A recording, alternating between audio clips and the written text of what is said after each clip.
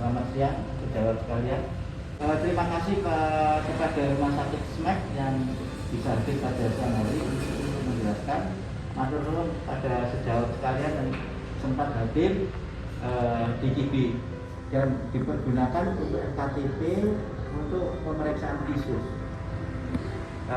Selanjutnya kami serahkan kepada Mbak Amin sama Mbak Rumah Sakit SMEC. Monggo. Dari Rumah Sakit SMEC, monggo. Jadi nanti kalau misalnya yang sambil di rumah juga udah punya trial frame-nya, trial frame dan trial lens-nya, boleh sambil dilihat gitu ya mungkin ya. Jadi saya sedikit memperkenalkan dulu nama-namanya, atau mungkin juga memang udah tahu sebelumnya, saya cuma mengulang gitu ya, kita sama-sama mengingat lagi, belajar lagi. Kalau ini namanya trial frame. Jadi pada saat pemeriksaan kita butuh ini buat nanti meletakkan trial lens-nya, lensa-lensa yang akan digunakan. Ini dengan udah ada tulisannya ya, yang 62 ini namanya PD-nya, PD standar dari kita orang Asia, biasanya rata-rata itu 62 untuk laki-laki, 60 untuk perempuan gitu ya. Terus yang agak buram ini namanya occluder. Kita gunakan untuk menutup satu mata pada saat pemeriksaan, karena pada saat pemeriksaannya kita biasanya satu mata untuk menentukan minusnya atau silindernya ataupun ukuran plusnya gitu ya. Terus yang warna merah ini power minus. Jadi kalau untuk menentukan powernya, yang merah ini jangan sampai salah ketukar dengan yang putih. Yang merah minus, yang putih dia power plus. Ada juga beberapa power plus itu menggunakan warnanya hitam, itu untuk yang power plusnya. Kemudian untuk menentukan juga ukuran silinder, biasanya kita menggunakan cross cylinder, tapi ini mungkin alatnya sedikit kurang gitu ya, nanti bisa dilengkapi lagi aja. Tinggal ada namanya cross cylinder untuk pemeriksaan silinder, sama satu lagi alat pinhole. Kebetulan juga di sini belum tersedia. Pinhole itu biasanya dia sama warnanya hitam, tapi bagian tengah-tengahnya dia akan bolong sedikit untuk kita mengintip, untuk menentukan apakah pasien itu memiliki kelainan refraksi atau dia memiliki penyakit di luar refraksi. Itu yang juga untuk menentukan biasanya apakah harus dirujuk ataukah bisa langsung diresepkan kacamata dengan hasil koreksi yang udah didapat, kayak gitu ya. Kemudian ada ini yang masih kelipet, Snellen, yang otomatis digunakan untuk menentukan juga visus dari pasien. Jadi ada huruf-huruf di situ. Nanti kita minta pasiennya untuk membaca dari huruf yang paling besar. Itu biasanya beberapa klinik rumah sakit ataupun puskesmas menggunakan satuannya, sebenarnya ada 3 satuannya, ada feet, ada meter, ada desimal. Feet itu yang biasanya 20/200, pokoknya pakainya 20/20, pernya itu yang feet, satuan feet. Satuan meter itu memakai 6/6 satuannya. Sama satu lagi satuan desimal itu 1.0 untuk ukuran yang terkecilnya. Tetapi kebanyakan dari kita itu menggunakan antara feet sama meter aja, desimal itu jarang digunakan. Jadi itu ada, biasanya di Snellen juga udah ada satuannya di sebelah huruf-hurufnya ya. Jadi kita tinggal lihat aja nanti huruf yang batas pasien bisa baca jelas terakhir itu berapa nih. Kalau mau pakai satuan feet kita bisa lihat sebelahnya, sebelah kiri biasanya 20, itu ada 20/200 mulainya yang paling gede terus sampai bawah. Boleh, maaf saya kesini ya. Biasanya dari yang paling gede, kalau misalnya nih pasien bisa bacanya cuman yang paling gede aja di huruf E, ini kemungkinan range powernya itu sekitar dia -2,5, minus plus 2,5 sampai minus plus 3 kalau untuk yang E. Terus kalau dia di bawahnya 20/200, ini biasanya bisa di range power plus minus 2 sampai 2,5. Terus mundur aja sampai bawah itu setengah-setengah. Standarnya yang ini. Kalau ini yang normalnya orang normal bisa baca di jarak kalau meter 6 meter. Kalau untuk feet satuannya itu 20 feet ya, 20 kaki gitu. Kalau untuk yang terakhir yang kecil ini. seperti itu kurang lebih. Terus juga kalau untuk menentukan pasien-pasien presbiopia, menentukan adisinya, digunakan juga Jagger namanya buat baca. Biasanya kita pakainya itu yang paling kecil, yang standarnya ini ya. Kalau di sini N8. N8 yang paling kecilnya dengan jarak 30 sampai dengan 40 cm. Jarak bacanya pasien. Cukup sampai kecil ini, karena kalau yang terlalu kecil ini udah kekecilan. Biasanya untuk obat-obat doang. Jadi kita pakainya yang ini aja. Kayak gitu ya. Terus mungkin mau langsung coba untuk dipraktekkan pemeriksaannya. Ada yang mau cobain? Boleh. Ibu pakai kacamata enggak sebelumnya? Saya jelasin dulu sedikit mungkin tahapan pemeriksaan kali ya.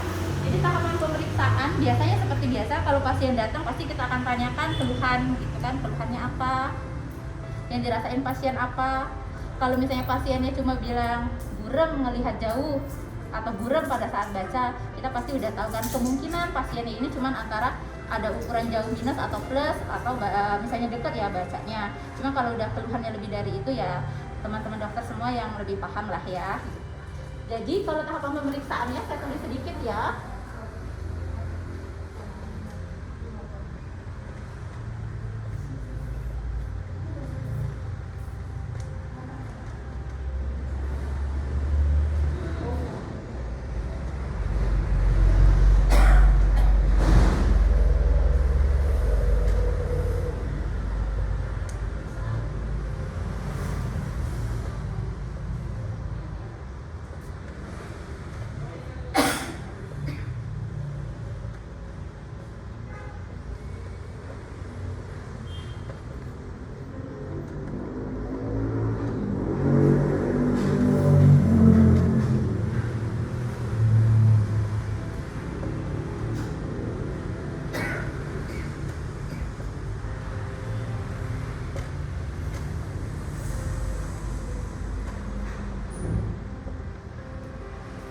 Lebih kayak gini tahapan pemeriksaannya.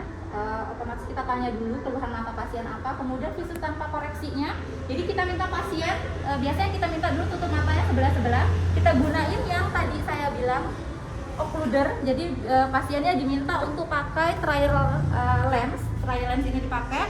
Kita periksa dulu mata kanan, mata kirinya kita tutup dengan occluder matanya. Kemudian baru minta pasien untuk sebutkan dari huruf yang paling gede dulu dari sini, dari huruf E. Pasien mampu menyebutkan atau enggak nih. Biasanya untuk kasus-kasus yang normal, minus atau plus normal, mereka masih mampu menyebutkan huruf-huruf di sini. Jadi misalnya pasien bisa menyebutkan sampai TOZ, misalnya kayak gitu ya. Kita bisa lihat nih 20-70 di satuan visus ini kemungkinan pasien itu punya plus atau minus 1,5. Jadi kita cobakannya biasanya suruh sebutin dulu, sebutin. Di sini dia bisa sebut nih TOZ bisa. Kemudian kita minta pasiennya sebutin yang di bawah. Pasien bisa menyebutkan LP aja karena ini cuma ada 4. Kalau pasien cuma bisa nyebutin LP, benernya cuma 2, salahnya 2. Kita ambilnya visus yang kita tulis adalah yang atasnya. Karena dia cuma setengah yang betul.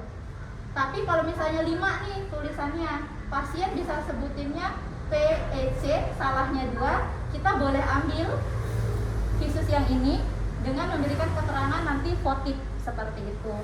Kalau cuma 2 yang bisa, kita tetap ambil yang atasnya, visus terbaiknya. Habis itu kalau kita udah tahu di urusan segini, kita tulis dulu. Jadi kita mata kanan dulu, kita tulis dulu. Ini visus tanpa koreksinya, dia bisanya di TOZ, berarti visusnya 20/70. Di 20/70, kemudian baru kita perkirakan di ukuran segini. Karena kan ini kita menggunakan secara manual ya, jadi kita memakainya perkiraan range powernya di visus yang tertera ini. Di tulisan ini kemungkinan kan seperti yang saya bilang antara plus minus 1,5. Langsung kita masukin aja, ambil memulainya itu selalu dengan power plus. Jadi untuk mencobakannya, trial errornya selalu dengan power plus. Kita cobakan dulu dengan power plus, dimasukkan ke mata matanya yang sebelah kanan, terus bisa ditanyakan ke pasiennya dengan ukuran yang sekarang terlihat lebih jelas atau lebih buram.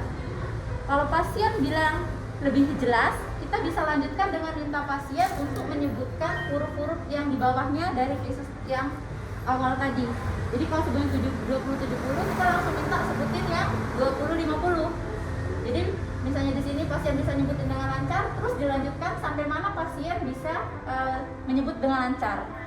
Kalau misalnya sampai sini nih pasien masih lancar, kemudian di sini pasien menyebutkannya setengah benar setengah salah, kita cobakan dengan menambah power plus 0,25. Jadi kita masukkan plus 25, terus ditanyakan lagi dengan pasiennya, kalau dengan lensa yang sekarang lebih jelas atau lebih buram. Kalau pasien bilang lebih jelas, dicoba minta lanjutkan lagi. Tapi kalau pasien bilang lebih buram, kita ganti plus 0,25-nya dengan minus 0,25. Jadi sebelumnya kan dia yang kita cobakan 1,5 plus. Sampai sini pasiennya masih bilang nggak bisa. Jadi kemungkinan dia lebih rendah ukurannya. Kita cobakan dengan minus 0,25. Kalau pasien bilang lebih jelas, minta dilanjutkan. Terus kalau pasien bilang lebih buram, nah itu kita membutuhkan alat yang namanya pinhole. Pinhole itu yang saya jelaskan di awal tadi, dia sama warnanya hitam tapi tengah-tengahnya ada bulatan. Kalau dengan mengintip di lubang bulatan kecil itu bisa maju visusnya, kemungkinan koreksinya itu bisa lebih baik. Kita coba dengan mencari ukuran silinder. Sebelum ke silinder dengan ukuran yang ini, kita pakai red green test gitu ya. Red green test ini biasanya dia kalau untuk di alat yang otomatis yang pakai proyektor, itu dia ada kotak bentuknya. Nanti yang di sebelah sini warna hijau, yang ini merah, dan ada huruf angka 4. Nah itu yang biasanya kita gunakan untuk menentukan apakah powernya ini sudah power terbaiknya. Kalau untuk hipermetrop yang plus, itu dia harus antara 4 kanan kiri ini sama jelas atau hijau yang lebih jelas. Kalau untuk miopia minus, dia harus sama jelas hitamnya, angka 4-nya, atau merah yang lebih jelas. Kalau pada saat misalnya plus 1,5 ini, pasien lihat kita suruh dibandingkan ada angka 4 di depan, lebih hitam di mana, di merah atau di hijau, pasien bilang di merah ternyata yang lebih terang, berarti koreksinya under. Kita tambahkan power plus 0,25. Atau itu kita tambahkan, terus kita tanyakan lagi, lebih jelas mana hitamnya, angka 4-nya di merah atau di hijau, pasien bilang sama jelas, kita berhenti, berarti itu ukuran terbaiknya. Kalau misalnya pasien bilang hijau lebih hitam, juga kita berhenti, itu visus koreksi terbaiknya. Jadi kalau hipermetrop harus hijau yang lebih jelas atau sama jelas. Kalau miopia harus merah lebih jelas atau sama jelas keduanya. Kalau udah segitu tapi masih belum bisa maju juga, sampai visus 20/20 atau 6/6 dalam ukuran meter, kita coba cari ukuran silinder. Silindernya untuk menentukannya secara manual, kita juga harusnya membutuhkan alat namanya cross cylinder. Jadi alatnya kebetulan di trial frame-nya juga belum ada. Jadi biasanya dia alatnya sama, lensa juga bulat, terus ada gagangnya agak panjang. Nanti dia ada warna merah dan warna putih. Ini yang kita gunakan untuk menentukan aksisnya dulu. Jadi kita tempelkan alatnya di lensa gagang, ini berhimpit dengan aksis 90 dulu. Kita cari untuk menentukan aksisnya pasien ini di mana, di antara 90 atau di 180. Atau bisa juga dengan menggunakan kipas ya, namanya, untuk menentukan aksis silinder. Biasanya itu dengan menggunakan trial lens juga ya, trial error gitu, dengan coba-coba. Karena kan kalau untuk manual, mau nggak mau pemeriksaannya hanya dengan nyobain doang nih. Biasanya kita cobain misalnya dengan silinder 0,25 dulu dimulainya. Untuk silinder juga jarang ataupun nggak pernah dipakai dengan ukuran plus silinder plus 025 ataupun sampai berapapun itu hanya digunakan biasanya untuk transposisinya aja. Jadi kita cobain dari silinder 025 dimasukin dulu nih ke lensanya, di aksis 108 dulu kita cobain. Nanti pasiennya diminta nih untuk lihat kipas. Di garis yang mana pasien melihat kipasnya itu lebih hitam kayak gitu. Dan misalnya pasiennya bilang di sekitar 80 sama 0, berarti kemungkinan aksesnya pasien itu di sekitar sini. Kalau misalnya pasiennya bilang di sekitar 90, berarti kemungkinan range-nya antara 90, 75 ataupun pasien ke 120. Kalau misalnya pasien bilangnya di sekitar 45, ya kemungkinan di 45, 30 ataupun di 150 nanti sekitar sini. Jadi dia berpasangan gitu kan. Dan itu butuh cross cylinder. Lebih akuratnya untuk menentukan itu sebenarnya dengan alat cross cylinder ini. Kayak gitu ya. Terus apalagi kira-kira? Mungkin ada yang mau ditanyain yang hadir? Itu Biar ditambahkan. mungkin mana yang bisa dirujuk, mana yang bisa diperiksa dengan alat ini. Untuk yang bisa diperiksa otomatis yang kelainan refraksinya aja yang minus plus gitu ya dok ya. Jadi misalnya kita cobain nih ke pasien, terus kita mencari ukurannya, kita cobain dulu dengan 2070 ini, kita cobain masukin power, dapat ukurannya bisa sampai 20-20 ataupun 20-25, ya jelas, ya otomatis sudah bisa langsung diresepkan kacamata. Namun misalnya nih sampai 20-50 pasien nggak bisa baca jelas, ya kemungkinan kan ada untuk menentuin banget itu tadi saya bilang sih dok harus dengan pinhole. Jadi misalnya kita dapat nih 20-50, kita cobain semua ukurannya, kalau nggak dapat ya, kalau nggak maju-maju ya. Yang menentukannya itu adalah pinhole. Pada saat kita cobakan pinhole, pasien yang mengintip dari lubang kecil maju, dia bisa baca dari lubang kecil itu, kemungkinan itu hanya kelainan refraksi, bisa kita lanjutkan koreksinya. Kalau misalnya belum dapat ya mungkin ada salah stepnya dari awal, bisa kita ulang. Namun misalnya 20-50 kita pinhole nggak maju, pasiennya tetap cuma di sini aja bisa baca, nggak bisa maju sampai ke bawahnya, itu ya kemungkinan ada selain kelainan refraksi penyakit lainnya, itu yang harus dirujuk kayak gitu dianya. Jadi pinhole ini misalkan nggak pakai pinhole dengan pemeriksaan ini, apakah sudah bisa kita mungkin tidak tepat tapi bisa untuk kalau untuk minus ataupun plus miopia doang, miopia murni ataupun hipermetrop murni, dengan alat ini udah cukup, udah bisa mendapatkan hasil yang akurat. Cuma kalau untuk pemeriksaan silinder, ya, kalau untuk silinder dengan kalau dengan bukan dengan pinhole, maaf, harus dengan cross cylinder. Silinder karena kalau misalnya powernya betul, misalnya memang power dari si pasien adalah 0,50, namun aksesnya kita salah, pasien pasti melihatnya nggak nyaman. Karena kan silinder selain buram, miop atau hiper buram, silinder itu berbayang. Terus dia kadang ada double penglihatannya, ngelihat lantai bisa jadi agak miring. Nah itu yang benar-benar pemeriksaannya harus akurat. Kita butuh cross cylinder, dan ini memang harus praktek satu-satu karena kan kecil ya dok ya, tandanya ini ada merah sama putih, itu kita harus benar-benar cobain. Terus stepnya nanti dia 5 derajat untuk mencarinya secara manualnya kayak gitu. Mungkin kalau misalnya ada ya bisa langsung kita cobain juga sih sebenarnya kayak gitu. Jadi di dalam kompetensi dokter umum itu kan ada miop, hipermetrop, silinder. Ya, sifatnya ya. Iya. Itu harus bisa dikerjakan di FKTP. Jadi alat ini sebetulnya masih akurat untuk dua miop sama hipermetrop. Iya, kalau untuk hipermetrop sama miop ini udah lengkap, udah bisa tuh dipakai, bisa sampai dapat koreksi terbaik. Cuma kalau misalnya untuk silinder bisa dipakai, untuk powernya juga udah tersedia power silindernya. Cuma untuk alat menentukannya, aksisnya sama dari alat ini juga selain bisa menentukan aksis, kita juga bisa menentukan powernya kayak gitu. Powernya udah pas atau dia over atau under kayak gitu. Makanya butuh alat cross cylinder namanya. Cross Cylinder. Jadi selain yang penting dalam pemeriksaan, selain trial lens yang kecil-kecil ini, trial frame, kita butuh occluder namanya yang untuk menutup mata sebelah-sebelah.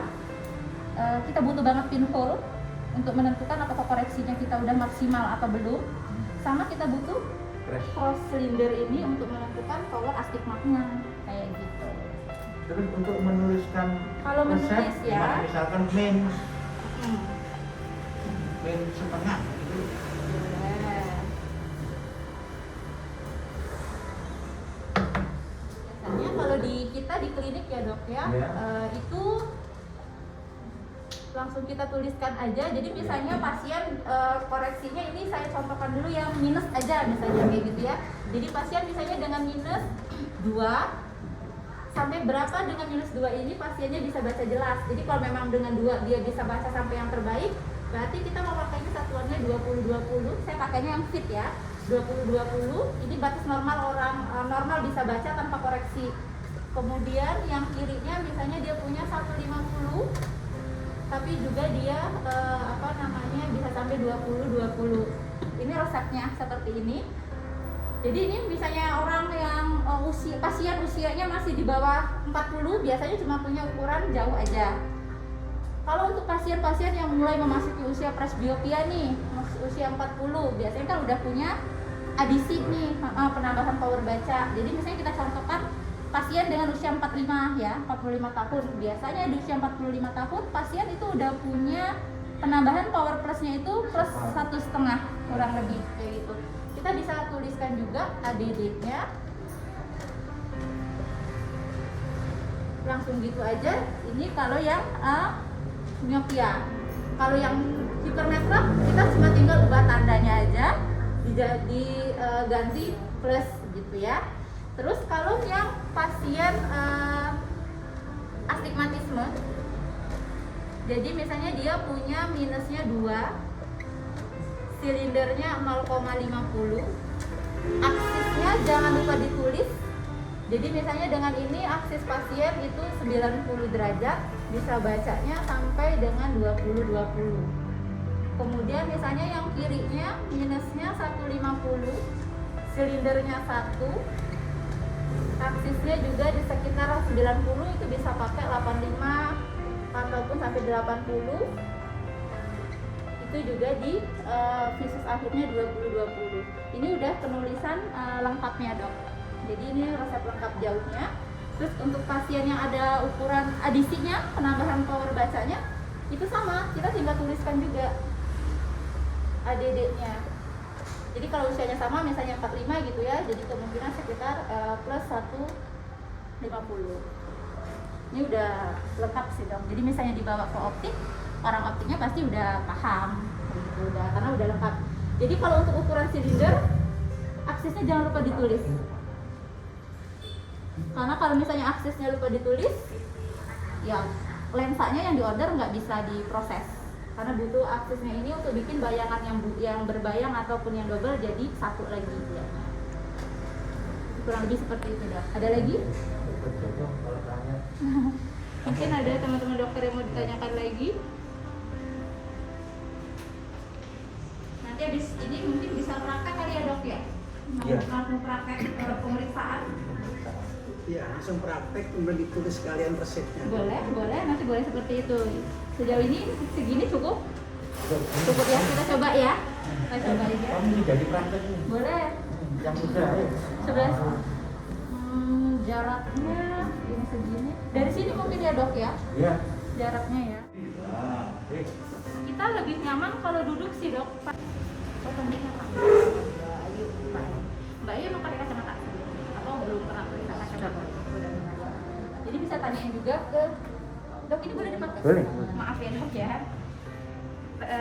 Mbaknya punya keluhan mata apa? Yang dirasain matanya apa? Kalau ngelihat buram, sakit, gatal, ganjel, biasanya keluhan mata seperti itu ya. Yang dirasain apa? Kalau ngelihat jauh? Jelas. Kalau ngelihat jauh berasa buram. Biasanya kita juga selain kita tanyakan buram atau enggak, berapa lama udah buramnya? Biasanya kita tanya kayak gitu ya dok ya.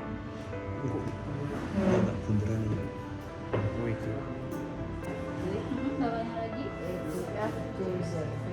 Bawahnya lagi. LUPZD Terus bawahnya lagi.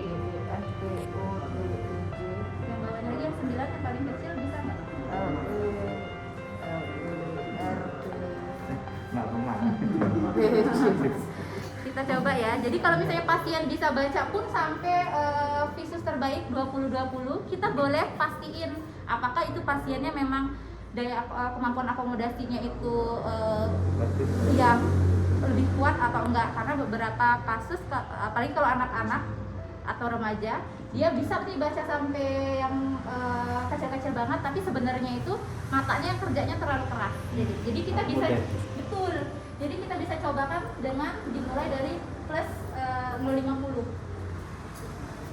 Jadi kita boleh cobain, misalnya ini kita masukin dengan plus 0,50. Boleh ditanyakan ke pasiennya lebih jelas apa lebih buram? lebih buram. Lebih buram. Boleh dicobakan juga dengan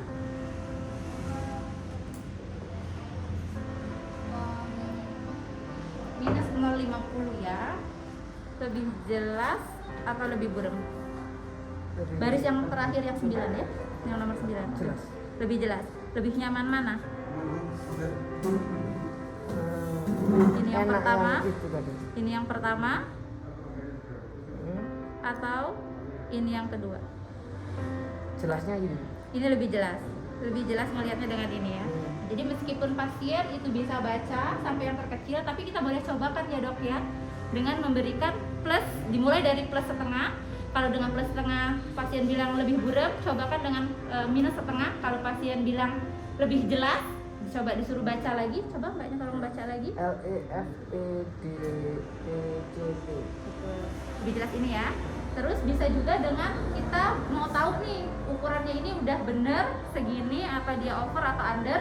Di situ sih sudah ada warna merah sama hijau ya mbak ya, cukup membantu juga. Kalau kita nggak punya alat red green test yang tadi saya bilang kotak itu, mbaknya bisa lihat warna merah sama warna hijau. Yang lebih terang warna merah apa warna hijau? Hijau lebih terang. Kalau pasien bilang warna hijau yang lebih terang, berarti ukurannya ini dianya ketinggian. Jadi bisa diturunin jadi silinder seperempat.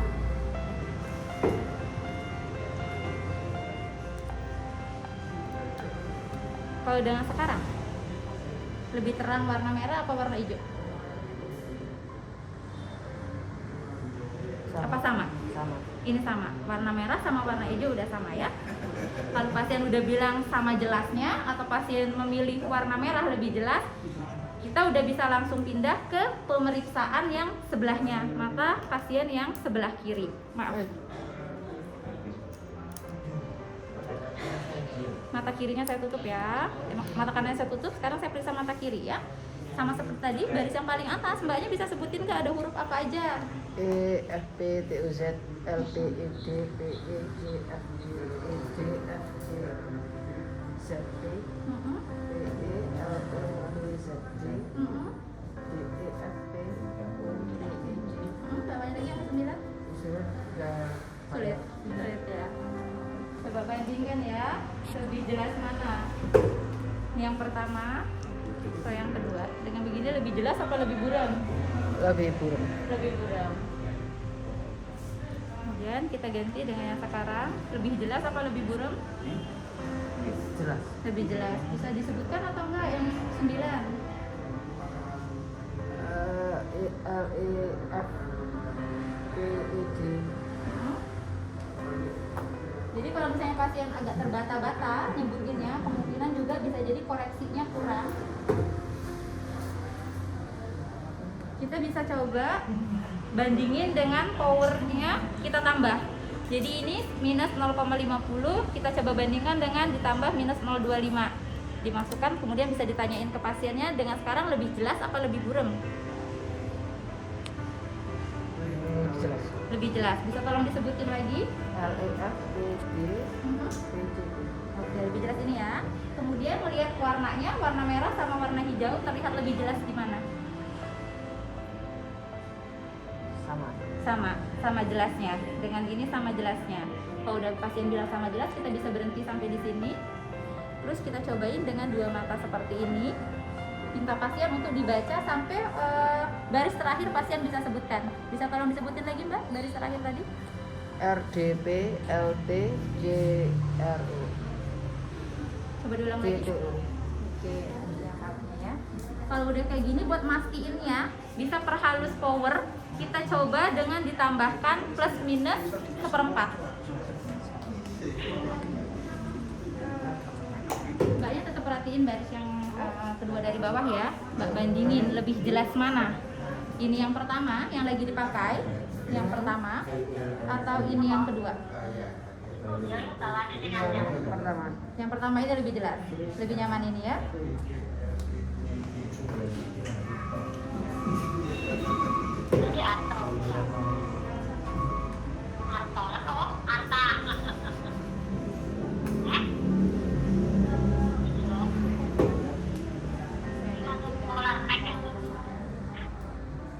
Terus dibandingkan lagi ya, lebih jelas mana? Ini yang pertama yang lagi Mbak pakai, atau ini yang kedua? Yang kedua ini. Tapi warna merah sama hijaunya lebih jelas mana?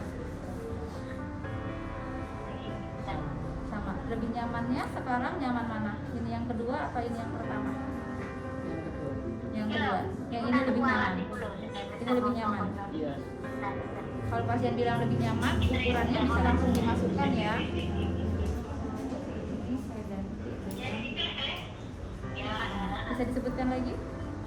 Yang bawah 10. Enggak, baris kedua dari bawah. 9. Iya. LEF, P, D, P, G. Nyaman yang ini? Jelas? Kalau udah pasien bilang nyaman jelas, itu udah ukuran dari pasiennya. Terus biasanya kita minta pasien untuk adaptasi dengan power yang udah kita dapet, itu dicobakan dulu pasien pakai sekitar 5-10 menit, pasien rasain nyaman atau enggak. Nanti kalau udah 5-10 menit, kita boleh tanyain lagi sama pasien, kacamata yang udah dipakai ini pasien ngerasa nyaman atau enggak, pusing atau enggak, ada berasa tertekan atau enggak di bagian kepala belakang, sama bagian ada rasa tertekan atau enggak di bagian kepala depan dekat hidung, kayak gitu. Ini Mbaknya pakai, ini baru sebentar ya, jadi kita coba praktekin aja. Ada berasa pusing atau enggak? Enggak pusing. Bagian sini berasa ketekan enggak? Biasa aja ya. Kalau bagian tengah sini berasa ketekan enggak? Enggak ya. Terus bisa juga minta pasien habis itu untuk melihat lantai, karena kan kacamata yang dipakai itu untuk mobile ya, gerak. Kalau Mbaknya ngelihat lantai, lantainya terlihat rata atau enggak? Ya, rata. Enggak lebih naik atau lebih jauh gitu? Biasa aja ya. Kalau memang pasien tidak ada keluhannya, maka power yang udah didapat ini bisa langsung diresepkan. Kita dapat ukuran Mbaknya itu, yang kanan minusnya setengah, yang kiri minusnya itu 1. Itu nanti udah tinggal langsung ditulis di kertas resepnya.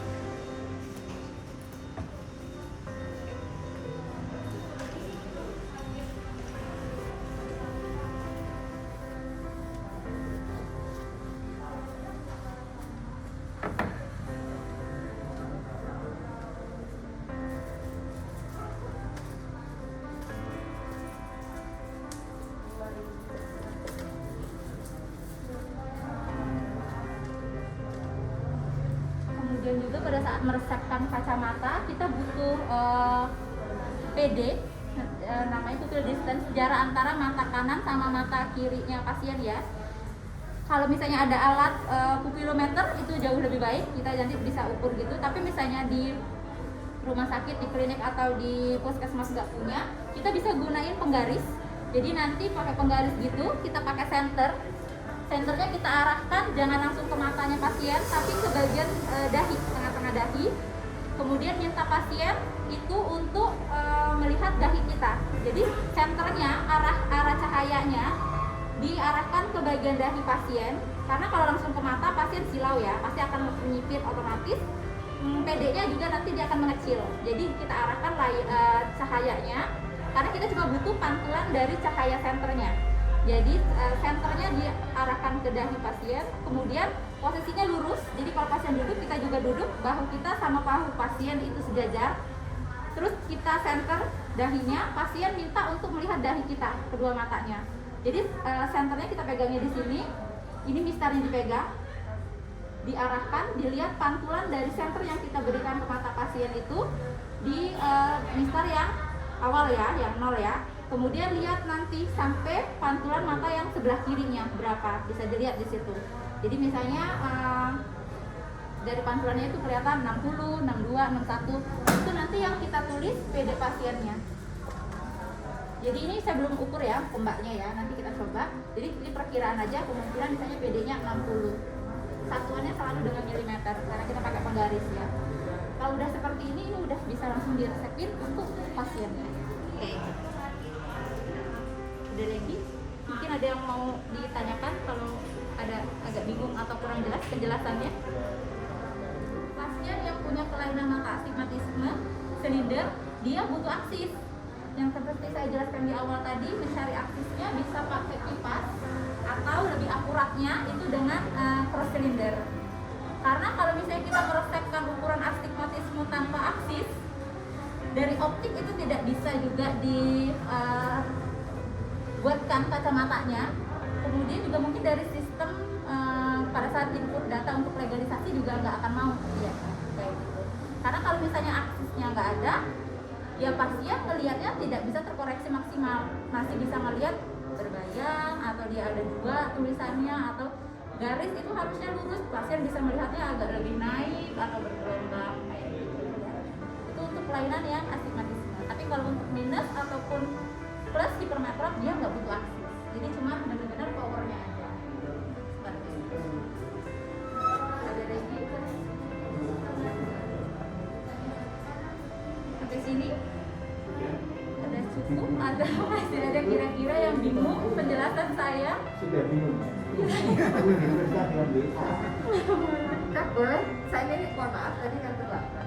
Boleh. Untuk jarak apa namanya pemeriksaan Snellen cat. Ini apa kalau misalnya kan ruangan kita memang tidak sejauh ini begitu. Dan misalkan ada lebih dekat sedikit itu, apakah ada koreksi atau ada cara lain begitu bagaimana? Kalau untuk koreksinya sama aja. Jadi mungkin karena yang kita gunakan itu adalah Snellen yang ini ya, yang tempel gini ya. Jadi otomatis akan lebih baik memang dengan jarak yang sebenarnya.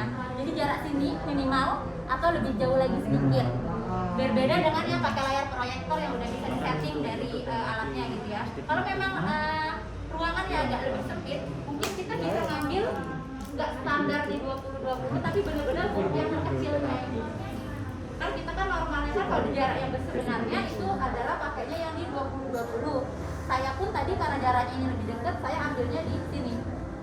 Gitu. Jadi semakin dekat ruangannya jadi lebih kecil aja. Sampai huruf yang terkecil kayaknya. Berapa meter ya? Jadi normalnya itu sekitar 5-6 meter. Tapi rata-rata biasanya juga karena keterbatasan ruang itu nggak nyampe 5-6 meter. Jadi sekitar segini berapa ya? Berapa ya Pak Harma Punten? Berapa meter? 3 meter? Tiga dari saya sekitar 3 meter juga udah bisa. Sudah bisa ya? Tapi ngambilnya yang yang lebih rendah lagi. Kalau saya agak sedikit lebih maju ya kita ambilnya yang paling kecil lagi aja seperti itu. Nggak ada rumus ya Dok, untuk koreksi jarak ini? Nggak ada sih, nggak ada sih Bu, jadi langsung ini aja kira-kira betul seperti itu. Karena nanti misalnya kita udah dapat koreksinya, ukuran matanya, yang paling penting lagi itu kita harus trial, adaptasikan ukurannya ke pasien, cobain 5-10 menit, benar-benar minta pasien untuk melihat jauh itu nyaman atau enggak. Nyamannya bukan cuma terang, kalau kita di klinik SMAC itu kita nggak cuma terang tanyakan ke pasiennya, tapi benar-benar nyaman, pasiennya tidak merasa pusing, tidak merasa ketekan kepalanya. Jadi selain melihatnya juga dia terang, itu dipakai benar-benar kayak nggak pakai kacamata aja penglihatannya. Kayak gitu. Karena walau terang tapi pasiennya pusing, berarti nggak nyaman. Itu biasanya kita turunkan ukurannya. Jadi misalnya setelah diturunkan nih pasien lebih nyaman, otomatis kan penglihatannya tidak begitu jelas. Ya kita berarti akan tinggal jelaskan aja ke pasien bahwa dengan ukuran segini pasiennya itu lebih nyaman pakainya, lebih rileks segala macam. Tapi memang penglihatannya, tajam penglihatannya akan lebih menurun, tidak sejelas dengan koreksi sebenarnya. Seperti itu. Jadi kita tetap nggak cuma jelasnya aja yang kita sampaikan, tapi kenyamanan dari si pasien sendiri. Kayak gitu. Karena kan pada saat nanti udah dapat resep, orang optik cuma tinggal langsung bikin aja kayak gitu kan, nggak bisa lagi untuk dicoba-cobain lagi. Perlu nggak untuk tes membaca? Perlu untuk tes membaca untuk pasien-pasien usia 40 ke atas.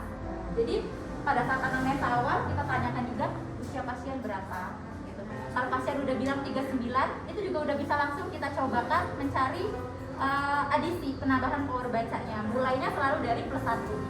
Jadi usia 39, 40 sampai sekitar 42 itu pakainya powernya +1. Terus nanti usia 43 itu udah jadi +125. Di usia 45 itu 1,5. Kemudian 47 175. Terus sampai usia 50 itu +2. Mentoknya di usia 60 kita nanti semua orang akan mengalami, saya pun nanti seperti itu. Di usia 60 biasanya kita udah punya +3, itu udah mentok, nggak akan nambah lagi kecuali kasus-kasus tertentu. Jadi misalnya pasien-pasien yang sedang ada katarak misalnya sebelumnya, udah operasi kedua matanya, kita cobakan mereka visus jauh visus jauhnya pun udah nggak maksimal dapatnya pada saat untuk baca. Dengan +3 pasiennya nggak bisa, boleh dicobakan dengan +325, +3,5. Tapi itu hanya kasus-kasus tertentu. Untuk rata-ratanya itu di +3 usia 60 tahun ke atas mentok segitu ya. Nanti tinggal kita bandingkan aja. Pakai cara bacanya kertas ini. Pasien mintanya dibaca dari yang atas sampai yang jarak, di sini ada keterangannya ya, N8. Normalnya huruf terkecilnya itu di N8. Dengan power yang udah kita kasih plusnya, pasien bisa baca jelas sekali di sini. Jadi misalnya usianya 45 contohnya, kita cobakan dengan +150. Pasien belum bisa baca dengan nyaman, gitu kan, belum bisa. Kita cobakan, bandingkan, ditambah lagi dengan +025, jadi otomatis nambah jadi 175. Kalau pasien bilang dengan 175 lebih nyaman, lebih terang, itu yang bisa kita resepkan meskipun tidak sesuai dengan usianya, karena kan jarak baca pasien sama kebiasaan juga berpengaruh dianya, kayak gitu. Itu untuk yang usianya 39, 40 ke atas. Tapi kalau masih di bawah itu nggak perlu kita cek untuk bacanya. Seperti itu. Yang PG-nya diperiksa sekalian. Boleh, kalau ada pembaris kita bisa coba praktek ya. Tepatin yang kanannya di angka 0, kemudian lihat pantulan yang sebelah kirinya di ini ya 59. Tuh. Jadi kanannya di 0, terus pantulan yang sebelah kirinya ditepatin sampai berapa. Jadi kalau misalnya pas di garis yang 6 berarti 60, kalau lebihnya sini berarti 61. Jadi kita yang periksa juga benar-benar harus lihatnya fokus. Kalau dengan dua mata kita kurang jelas, kita bisa tutup mata kita sebelah-sebelah biar lebih fokus ngelihatnya pupil distance-nya pasien itu berapa. Kalau Mbak Ayunya 59 ya, jadinya ya.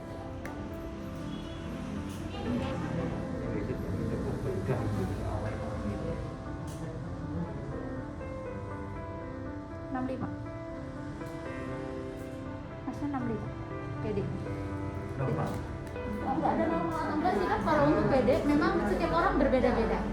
Iya. Berarti kalau tambah lebar lapangan pandangnya tambah besar. Bukan tambah besar lapangan lagi juga sudah, jadi lebih kayak titik fokusnya pada saat pemilihan frame harus yang lebar. Nah, kebanyakan main HP dia.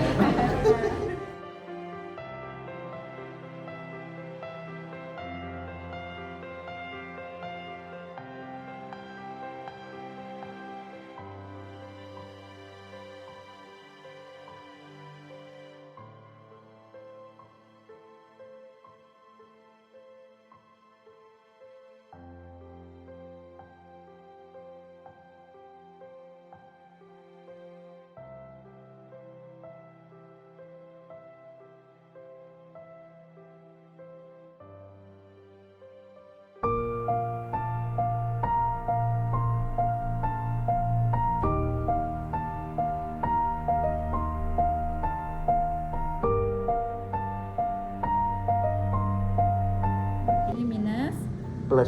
ini silinder. Hmm. Nah, ini silinder minus, ini silinder plus. Oh. Ya, biasanya kita jarang gunakan silinder plus, tapi biasanya yang ini pasti terguna, pasti kepake dia kayak gitu sih. Alat ini berarti sudah Ya. cukup untuk FKTP anu ya? Iya, cukup sih Merujuk tuh. atau tidak gitu Iya, ya? udah maksudnya ini udah lumayan lengkap. Mhm. Ada occludernya buat nutupnya, terus trial lensnya juga udah lengkap, ada minus plus silindernya ada.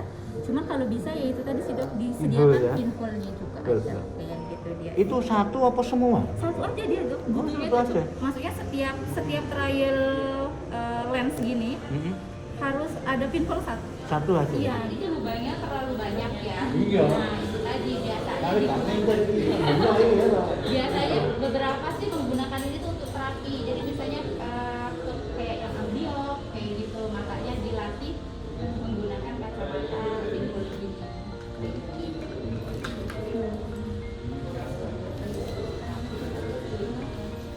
Terapi, kacamata terapi gitu.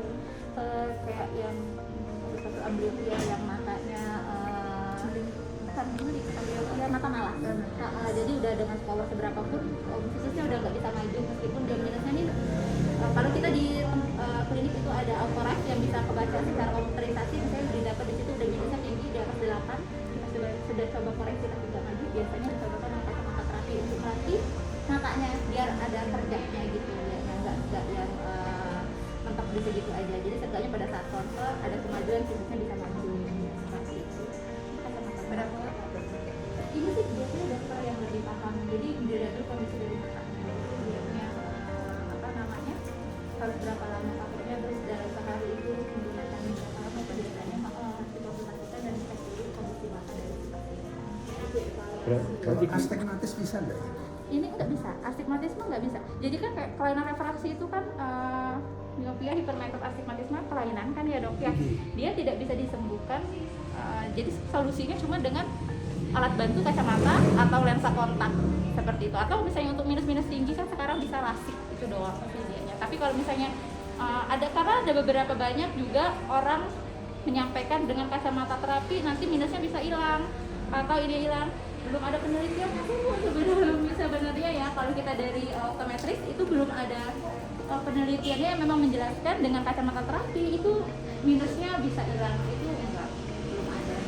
Misalnya minusnya baru kayak 1/4 atau setengah, cek lagi jadi apa namanya nggak ada, masih mungkin kalau 1/4 setengah. Tapi kalau udah untuk minus-minus yang di atas 1 terus bilang jadi sembuh matanya tanpa ada masalah lain di matanya gitu atau tindakan yang di matanya belum ada.